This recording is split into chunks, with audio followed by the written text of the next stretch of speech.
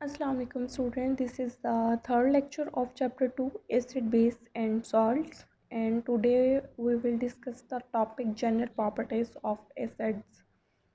अब प्रॉपर्टीज़ क्या होती हैं आपको पता है, टू टाइप्स ऑफ प्रॉपर्टीज़ होती हैं जो हम डिस्कस करते हैं। एक होती हैं फिज़िकल प्रॉपर्टीज़ और एक होती हैं केमिकल प्रॉपर्टीज़। अब फिज़िकल प्रॉपर्टीज़ जो हैं एसिड और बेसिस की जो हैं, हमने वो दोनों ही डिस्कस करनी है कि एसिड्स की प्रॉपर्टीज़ फिज़िकल किस किस तरह की होती है। फिज़िकल प्रॉपर्टीज़ में आपको पता है हम कलर देखते हैं, उनकी सॉल्युबिलिटी देखते हैं, टेस्ट देखते हैं, स्मेल देखते हैं।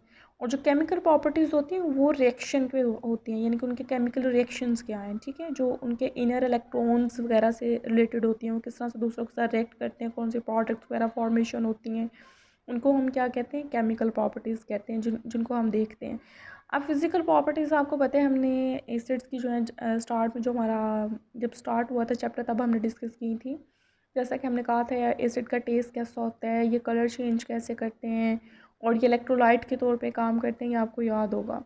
और ये जो हमारी केमिकल प्रॉपर्टीज़ हैं ये आपने नहीं देखी थी, ये हम अभी डिस्कस करेंगे।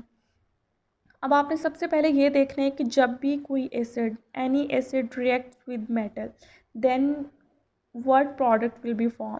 अब ये देखें एसिड्स कौन कौन से जनरल जो हम डिस्कस करते हैं। एसिड सबसे पहले सल्फ्यूरिक एसिड आपको दिया हुआ है और साथ में क्या दिया हुआ, हाइड्रोक्लोरिक एसिड दिया हुआ है। अब हमने मेटल्स के साथ रिएक्शन डिस्कस करना है, तो मेटल कौन सी होती हैं आपको पता ही है ना, जो हमने पढ़ी हुई हैं। आपके एंड वाले जो हैं 4 to 8 ग्रुप वाले हो गए, जो मिड में आपके प्रोडक्ट टेबल में एलिमेंट्स दिए हुए हैं, सारी की सारी क्या है, मेटल्स हैं। जैसा कि मैग्नीशियम एक मेटल है, जिंक एक मेटल है, आयरन एक मेटल है, एलुमिनियम एक मेटल है। मेटल कहते हैं जो इलेक्ट्रिसिटी जो होती है कंडक्ट कर सकती हैं, ठीक है। तो अब हमने जो रिएक्शन देखना है, अब आपने याद रखना है कि जब भी कोई एसिड, जनरल याद रखें, जब भी कोई एसिड जब भी किसी मेटल के साथ रिएक्ट करता है तो hydrogen gas must be formed. Okay, इसलिए आपने जब भी रिएक्शन लिखना है तो आपने ये याद रखना है कि if any metal react with acid then hydrogen gas must be formed. अब ये जिंक हमारे पास मेटल है और ये जो सल्फ्यूरिक एसिड है ये एक एसिड है। अब ये दोनों ने आपस में किया है रिएक्शन और ये देखिए हाइड्रोजन गैस रिलीज़ हो रही है। एलुमिनियम ने हाइड्रोजन क्लोराइड के साथ, ये भी एक एसिड है, इसके साथ क्या किया, रिएक्शन किया और हाइड्रोजन गैस क्या हो रही है, फॉर्मेशन हो रही है। अब ये क्या है हमारे पास, सल्फ्यूरिक एसिड और हाइड्रोजन क्लोराइड है। गैस तो रिलीज़ होगी ही साथ में हाइड्रोजन, लेकिन साथ में ये भी याद रखें सॉल्ट फॉर्मेशन भी लाजमी होगी, ठीक है। ये आपने रिएक्शन में याद रखना है। अगर आपको कोई भी एसिड और मेटल आपस में रिएक्शन करते हैं तो product will be acid and hydrogen gas. अभी देखिए ये H2 है, तो ये as a hydrogen gas release हो गया, और ये जो जिंक है और ये जो सल्फाइड है इन्होंने आपस में बॉन्डिंग करके जिंक सल्फेट बना दिया है। अब ये जो एलुमिनियम है और ये हाइड्रोजन क्लोराइड है, ये हाइड्रोजन गैस रिलीज़ हो जाएगी और ये एलुमिनियम और क्लोरीन आपस में मिलके क्या बना देंगे, सॉल्ट, ये भी साल्ट है, ठीक है। उसके बाद नेक्स्ट हमारा रिएक्शन किसका है, कार्बोनेट्स एंड बाइकार्बोनेट्स। अब इसमें भी आपने याद रखने कार्बोनेट्स हमारे पास क्या होते हैं, ये जो है ना CO3 ये हमारे पास क्या है, कार्बोनेट्स ग्रुप को क्या करते हैं, शो करते हैं। अब इनको हम कार्बोनेट्स कहते हैं। यहाँ पे ये जो H आ जाता है ना, इसको हम क्या कहते हैं, बाइकार्बोनेट्स का नाम देते हैं। ये कैल्शियम कार्बोनेट है, ये सोडियम बाइकार्बोनेट है, ठीक है। अब ये जब भी कोई एसिड का कार्बोनेट्स या बाइकार्बोनेट्स के साथ रिएक्शन होता है देन प्रोडक्ट में क्या होगा, carbon dioxide must be released, ठीक है। और साथ में सॉल्ट की फॉर्मेशन भी होगी और साथ में वाटर की फॉर्मेशन होगी। लेकिन ये याद रखना आपने मस्ट है कि जब भी कार्बोनेट्स और बाइकार्बोनेट्स एसिड्स के साथ रिएक्ट करते हैं तो carbon dioxide must be release. अब आप ये देखें, ये जो है कैल्शियम है और ये जो क्लोरीन है, इन्होंने आपस में मिलकर कैल्शियम क्लोराइड जो है वो सॉल्ट बनाया हुआ है, और ये जो कार्बन डाइऑक्साइड गैस के तौर पे रिलीज़ हुई है और साथ में किसकी फॉर्मेशन हुई है, वाटर की।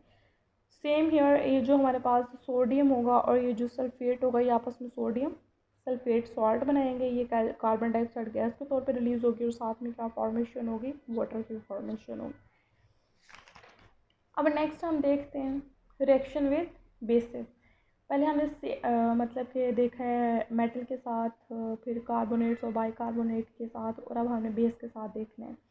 ये बेटा याद रखें हमेशा कि जब भी कोई एसिड किसी बेस के साथ रिएक्शन करता है तो जो प्रोडक्ट होती है वो हमेशा सॉल्ट एंड वाटर होता है, ठीक है। अब ये जो हमारे पास sodium hydroxide, it is a base, and hydrogen chloride this is acid. अब इन्होंने आपस में रिएक्शन किया है, sodium chloride is a salt. आपको पता है ये जो हम घरों में कॉमन सॉल्ट यूज़ करते हैं इसको हम क्या कहते हैं, सोडियम क्लोराइड कहते हैं। और ये हमारे पास क्या है, साथ में वाटर की फॉर्मेशन हो रही है। अभी हमारे पास कॉपर ऑक्साइड है, साथ में क्या है, सल्फ्यूरिक एसिड है, और ये साथ में फॉर्मेशन किसकी हो रही है, सॉल्ट एंड वाटर की। Copper sulphate is a salt and water is water, ठीक है।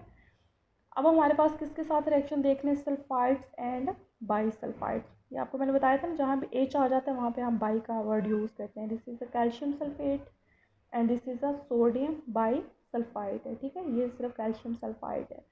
अब ये हाइड्रोजन क्लोराइड के साथ रिएक्शन करेंगे, देखिए सॉल्ट फॉर्मेशन तो हो रही है। कैल्शियम क्लोराइड और सोडियम क्लोराइड दोनों क्या है, सॉल्ट है। साथ में कौन सी गैस रिलीज होगी, सल्फर डाई ऑक्साइड मस्ट भी रिलीज, और साथ में फॉर्मेशन किसकी होगी, वाटर की।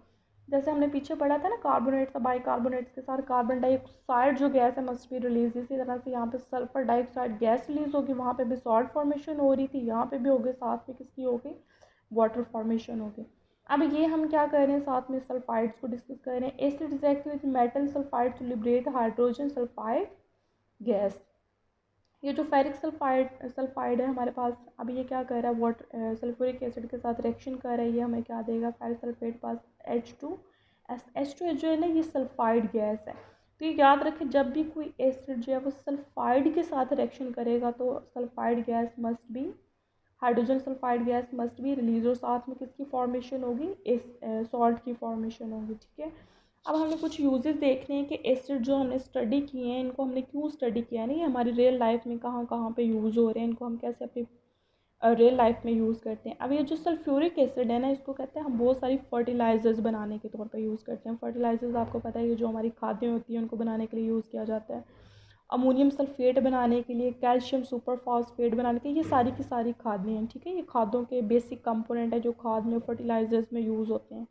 एक्सप्लोसिव्स बनाए जाते हैं, ये जो मतलब जंगी हथियार वगैरह होते हैं वो।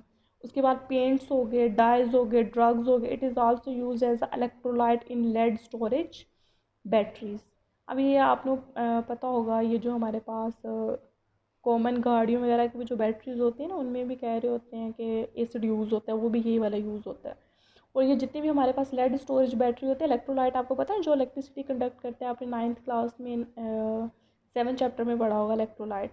तो ये जो हमारे पास होती है इलेक्ट्रिसिटी कंडक्ट करते हैं, उनको हम क्या कहते हैं, इलेक्ट्रोलाइट के तौर पे काम करते हैं। ये इलेक्ट्रिसिटी जनरेट करने के लिए यूज़ होते हैं। उसके बाद नाइट्रिक एसिड जो है, इसको भी हम फर्टिलाइजर्स बनाने के लिए यूज़ करते हैं, जैसा कि अमोनियम नाइट्रेट एक फर्टिलाइज़र है। उसके बाद explosive paints, drugs and itching designs on copper plates, ठीक है। उसके बाद हाइड्रोक्लोरिक एसिड जो है, इसको भी हम यूज़ करते हैं किसके लिए, मेटल को क्लीन करने के लिए, टेनिंग करने के लिए, एंड प्रिंटिंग इंडस्ट्री। टेनिंग होती है जैसे ये लेदर वगैरह, जो हमारी चमड़े से लेदर वगैरह बनाते हैं, लेदर की जैकेट्स वगैरह, वो होती है, टेनिंग होती है।